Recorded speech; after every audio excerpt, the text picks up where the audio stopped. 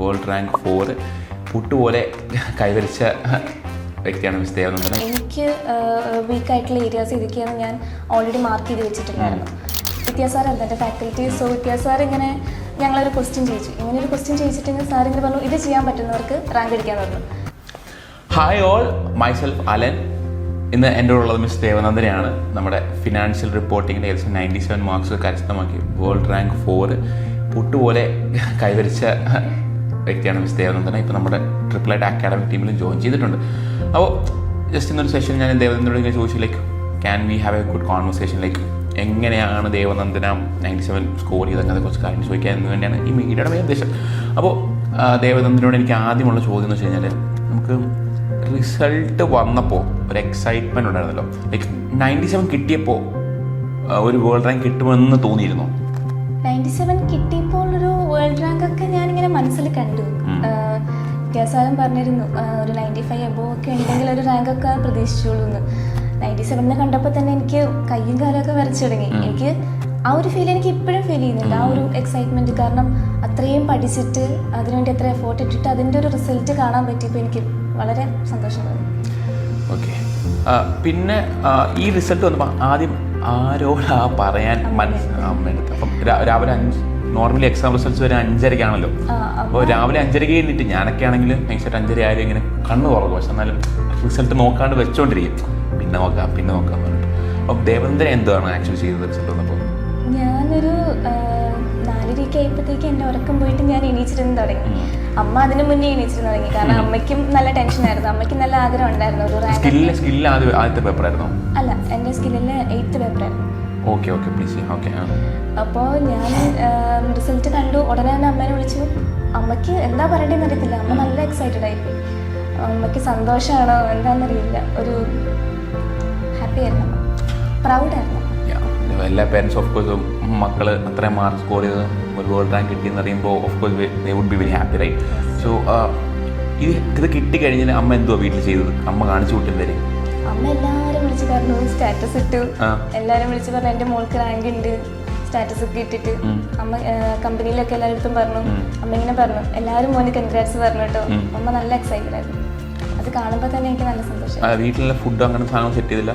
അപ്പോൾ എൻ്റെ വീട്ടിലേക്കാണ് അങ്ങനെ തന്നെ ആദ്യം ഫുഡാണ്, പ്ലേറ്റ് മൊത്തം ഫുഡ് നടത്തി സെറ്റ് ചെയ്ത് നമ്മൾ വയറ് നിറച്ച് കഴിച്ച് അങ്ങനെയൊക്കെ ആയിരിക്കും.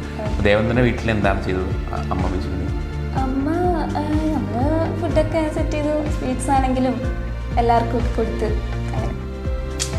ഒരു ആഘോഷം തന്നെ ആയിരുന്നു ബേസിക്കലി. ദേവനന്ദനയുടെ വീട്ടിലായിരുന്നു.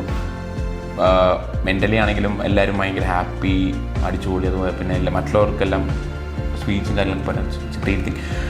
പക്ഷെ നമ്മൾ ദേവനന്ദനയുടെ ലൈക്ക് വാട്ട് ഹാപ്പൻ നമ്മൾ ചോദിച്ചു. പക്ഷേ ഞാൻ മനസ്സിലാക്കുന്ന നമ്മുടെ ഓഡിയൻസ് പറഞ്ഞാൽ നമ്മുടെ കുട്ടികളാണല്ലേ. നമ്മളെപ്പോലെ ACC കോഴ്സ് ചെയ്യുന്ന, ദേവനന്ദനെപ്പോലെ ACCയുടെ കോഴ്സ് ചെയ്യുന്ന മറ്റുള്ള കുട്ടികൾ, അപ്പം അവർക്ക് അറിയേണ്ടത് എക്സാം ട്രിക്സും ടിപ്സും ആയിരിക്കും അല്ലേ. അപ്പം ദേവനന്ദന ഫോളോ ചെയ്ത സ്റ്റഡി പ്ലാൻ ഒന്ന് പറയാമോ? ഞാൻ ടൈമിലും ഷെഡ്യൂൾ ഇട്ടിരുന്നു. പിന്നെ എനിക്ക് വീക്കായിട്ടുള്ള ഏരിയാസ് ഇതൊക്കെയാണ് ഞാൻ ഓൾറെഡി മാർക്ക് ചെയ്ത് വെച്ചിട്ടുണ്ടായിരുന്നു. സോ ഒരു 12 hours ഷെഡ്യൂളാണ് ഞാൻ ഡെയിലി ഇട്ടിട്ടുണ്ടായിരുന്നത്. രാവിലെ ഒരു 6 മണിക്കൊക്കെ തുടങ്ങിയിട്ട് ഒരു രാത്രി ഒരു 10 മണി 11 മണിയൊക്കെ ആകുമ്പോൾ തീരുന്ന പോലെ. സോ എനിക്ക് വീക്കായിട്ടുള്ള പോയിന്റ്സിലാണ് ഞാൻ ആദ്യം സ്റ്റാർട്ട് ചെയ്തത്. എൻ്റെ വീക്ക് പോയിന്റ്സ് ഞാൻ ക്ലിയർ ചെയ്ത് വന്നിട്ട് പിന്നെ question practice, BPP, plan, study hub, പിന്നെ നമുക്ക് എവിടെ നിന്നൊക്കെ ക്വസ്റ്റ്യൻസ് ചെയ്യാൻ പറ്റും, examiners report, past exam library, എവിടെ നിന്നൊക്കെ ക്വസ്റ്റ്യൻ ചെയ്യാൻ പറ്റുന്നുണ്ടോ അവിടെ നിന്നൊക്കെ ക്വസ്റ്റ്യൻ ചെയ്തിട്ട്. പിന്നെ മൊറോവർ നമുക്ക് കോൺസെപ്ച്വൽ ക്ലാരിറ്റി ഉണ്ടായിരിക്കണം. അത് നമുക്ക് ക്ലാസ്സിൽ നിന്നാണ് അത് മെയിനായിട്ട് കിട്ടുക. പിന്നീട് നമ്മൾ ഒരുപാട് തവണ കൺസിസ്റ്റൻ്റ് ആയിട്ട് റിവൈസ് ചെയ്ത് ഒരു ഓർഗനൈസ്ഡ് ആയിട്ടുള്ള ഒരു സ്റ്റഡി പ്ലാൻ ഉണ്ടെന്നുണ്ടെങ്കിൽ റാങ്ക് ഒക്കെ പോലെ ഇരിക്കാം. ലൈക്ക് അത് പ്ലാൻ ഉണ്ടെങ്കിൽ ഓഫ് കോഴ്സ് കാര്യങ്ങൾ നടത്തിയെടുക്കാൻ വേണ്ടി ഈസിയാണ്. പക്ഷേ അതിൻ്റെ കുട്ടികൾക്ക് ബേസിക്കലി പ്ലാൻ ചെയ്യണം അല്ലെങ്കിൽ റാങ്ക് അടിക്കണം എന്ന് എല്ലാവർക്കും ആഗ്രഹം ഉണ്ടായിരിക്കാം. പക്ഷേ അവർക്ക് എവിടെയോ ഒരു മോട്ടിവേഷൻ്റെ കൺസിസ്റ്റൻസി ഇല്ലായ്മയല്ലേ പലർക്കും പല പ്രശ്നമായിട്ട് വരുന്നത്. അതിനെപ്പറ്റി എന്താണ് ഒരു അഭിപ്രായം? അതെങ്ങനെ ആ മോട്ടിവേഷൻ ദേവനന്ദനെ കീപ്പപ്പ് ചെയ്തു through out the study period? Rank അടിക്കണം എന്ന് എനിക്കൊരു ആഗ്രഹം തോന്നുന്നത് ഞാൻ 2 പേപ്പർ വെച്ച് എടുക്കാനിരുന്ന ഒരാളായിരുന്നു. സോ റാങ്ക് അടിച്ചൊക്കെ ഞാൻ FRൻ്റെ ക്ലാസ്സിലിരുന്നപ്പോൾ വിദ്യാസാറായിരുന്നു എൻ്റെ ഫാക്കൽറ്റി. സോ വിദ്യാസാർ ഇങ്ങനെ ഞങ്ങളൊരു ക്വസ്റ്റ്യൻ ചോദിച്ചു. ഇങ്ങനെ ഒരു ക്വസ്റ്റ്യൻ ചോദിച്ചിട്ടുണ്ടെങ്കിൽ സാർ ഇങ്ങനെ പറഞ്ഞു ഇത് ചെയ്യാൻ പറ്റുന്നവർക്ക് റാങ്ക് അടിക്കാന്ന് പറഞ്ഞു. അപ്പോൾ എനിക്ക് എന്തോ ഇത് ചെയ്യാൻ പറ്റി. അപ്പോൾ സാറ് പറഞ്ഞു റാങ്ക് ഉണ്ടാവും അങ്ങനെ രീതിയിൽ പറഞ്ഞു. അപ്പോൾ എനിക്ക് റാങ്ക് എല്ലാവരും ആ ഒരു റാങ്ക് എന്നുള്ളൊരു ഫീൽ എന്താണെന്ന് എനിക്ക് അറിയണമെന്നുണ്ടായിരുന്നു. ഞാൻ റാങ്കിന് വേണ്ടിയിട്ട് ഇതിന് മുന്നേ പഠിച്ചിട്ടില്ല, പക്ഷെ ഞാൻ ഏറ്റവും അറിഞ്ഞിരുന്ന റാങ്കിന് വേണ്ടി പഠിച്ചത് ഇപ്പോഴാണ്. സോ മോട്ടിവേഷൻ്റെ കാര്യം പറയുകയാണെന്നുണ്ടെങ്കിൽ എൻ്റെ വീട്ടിൽ നിന്നാണെങ്കിലും എനിക്ക് എൻ്റെ അമ്മേനെ അച്ഛനെയും ചേച്ചിനെയും പ്രൗഡാക്കണം ഒരു അവരുടെ മുഖത്ത് ആ ഒരു പ്രൗഡ് ഫീലിംഗ് കാണാൻ വേണ്ടിയിട്ട് ഞാൻ വിചാരിച്ചു ഒന്ന് റാങ്ക് അടിച്ചേക്കാം. എൻ്റെ ഉള്ളിലും ഉണ്ടായിരുന്നു.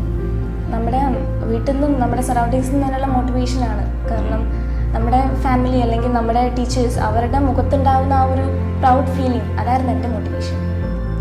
എനിക്കത് ആ ഒരു വേ ഓഫ് തിങ്കിങ് അത് എല്ലാവർക്കും ഇൻസ്പയർ ആവേണ്ട ഒന്നാണെന്ന് ഞാൻ മനസ്സിലാക്കുന്നത്. ഇതിൻ്റെ ഫാമിലി മാറ്റേഴ്സ് റൈറ്റ്. ഫാമിലിക്ക് വേണ്ടി ആണ്, നമുക്കും വേണ്ടിയാണ്. ഫാമിലിയുടെ ഓൾസോ നമ്മൾ ആക്ച്വലി നമുക്ക് വേണ്ടി തന്നെയാണ് നമ്മളിതെല്ലാം ചെയ്യുന്നത് എങ്കിൽ പോലും family is a big part of our success. Yes. അപ്പം നമ്മൾ എക്സാം ടെക്നിക്സിൻ്റെ കാര്യം പറഞ്ഞ സമയത്ത് നമ്മൾ BPPക്ക് അപ്ലാനും കാര്യങ്ങൾ പറഞ്ഞു. Examiners report it's something very big. അത് എങ്ങനെയാണ് ഈ റാങ്ക് റാങ്ക് അച്ചീവ് ചെയ്യാൻ ദേവനന്ദനെ അസിസ്റ്റ് ചെയ്തിട്ടുണ്ടോ? ഇല്ല, അസിസ്റ്റ് ചെയ്തിട്ടുണ്ട്. കാരണം എക്സാമിനേഴ്സ് റിപ്പോർട്ട് നോക്കുമ്പോൾ എവിടെയൊക്കെയാണ് കുട്ടികൾക്ക് തെറ്റ് വരുത്തുക, അത് എവിടെയൊക്കെയാണെന്ന് നമുക്ക് മനസ്സിലാവും. പിന്നെ അത് വായിച്ച് നോക്കുമ്പോൾ നമ്മൾ ഒരു നല്ലൊരു മാർക്ക് സ്കോർ ചെയ്യാൻ വേണ്ടിയിട്ട് ഏത് ഫോർമാറ്റിൽ അല്ലെങ്കിൽ ഏതൊരു രീതിയിൽ ഏത് പോയിന്റ് ഓഫ് വ്യൂ വെച്ചിട്ട് എഴുതണം, നമുക്ക് എവിടെയാണ് തെറ്റ് പറ്റുക, എന്തുകൊണ്ടാണ് തെറ്റ് പറ്റുക, ഇത്തരം കാര്യങ്ങളൊക്കെ എക്സാമിനേഴ്സ് റിപ്പോർട്ടിലുണ്ട്. സോ അത് വായിക്കുകയാണെങ്കിൽ നമുക്ക് തെറ്റ് പറ്റുന്ന ഏരിയാസ് അത് നമുക്ക് കുറച്ചും കൂടി നന്നായിട്ട് കറക്റ്റ് ചെയ്യാൻ വേണ്ടി പറ്റും. നമ്മളത് ശ്രദ്ധിക്കും പിന്നീട് എക്സാമിനത് കാണുമ്പോൾ. അപ്പോൾ ഒരു ചെറിയ ചിറ്റാറ്റോ അതേ ഞാൻ ആഗ്രഹിക്കുന്നുള്ളൂ. അധികം ദേവനന്ദനോട് ഈ ചോദ്യം ചോദിച്ചത് ഞാൻ മുഷിപ്പിക്കാൻ ആഗ്രഹിക്കുന്നില്ല. അപ്പോൾ ദേവനന്ദന് പക്ഷേ ഒരു ലാസ്റ്റ് ബട്ട് നോട്ട് ലീസ്റ്റ് ഒരു ചെറിയ ഒരു കൈൻഡ് ഓഫ് ഇൻസൈറ്റോ അങ്ങനെ എന്തെങ്കിലും കുട്ടികളോട് അല്ലെങ്കിൽ നമ്മുടെ പഠിക്കുന്ന പോസിറ്റീവ് ചെയ്യുന്നവരോട് പറയാൻ എന്തെങ്കിലും ഉണ്ട്? ഇനിയും വരാൻ പോകുന്നവരും ഇപ്പോൾ ചെയ്തുകൊണ്ടിരിക്കുന്നവരും പഠിക്കുമ്പോൾ എപ്പോഴും നമുക്ക് വേണ്ടി പഠിക്കണം, വീട്ടുകാർക്ക് വേണ്ടി പഠിക്കണം. കൺസിസ്റ്റൻസി അത് മെയിൻറ്റെയിൻ ചെയ്യുക എന്നുള്ളതാണ് SSCA കരിയറിൽ ഏറ്റവും ഇമ്പോർട്ടൻ്റ് ആയിട്ടുള്ളത്. ഡെയിലി പഠിച്ചു പോകണം. Step by step right. നമ്മൾ ഓരോ ചെറിയ കല്ലിട്ടാലേ നമുക്ക് ആ ഏറ്റവും പീക്കിലെല്ലാം എത്താൻ പറ്റും. അല്ലാണ്ട് നമ്മൾ കാല് വെച്ചിട്ട് ഏറ്റവും മണ്ടയ്ക്ക് കാല് വെക്കാൻ നോക്കിയാൽ നമ്മൾ തെന്നടിച്ച് താഴെ വീഴും. യെസ്. അപ്പോൾ ദാറ്റ്സ് ഓൾ ഫോർ ടുഡേ. അപ്പോൾ ഇതുപോലെ കൂടുതൽ വീഡിയോസ് നമ്മൾ വരുന്നതായിരിക്കും. സോ III ഇതുപോലെ കൂടുതൽ റാങ്കുകൾ ഇനിയും കൊണ്ടുവരും.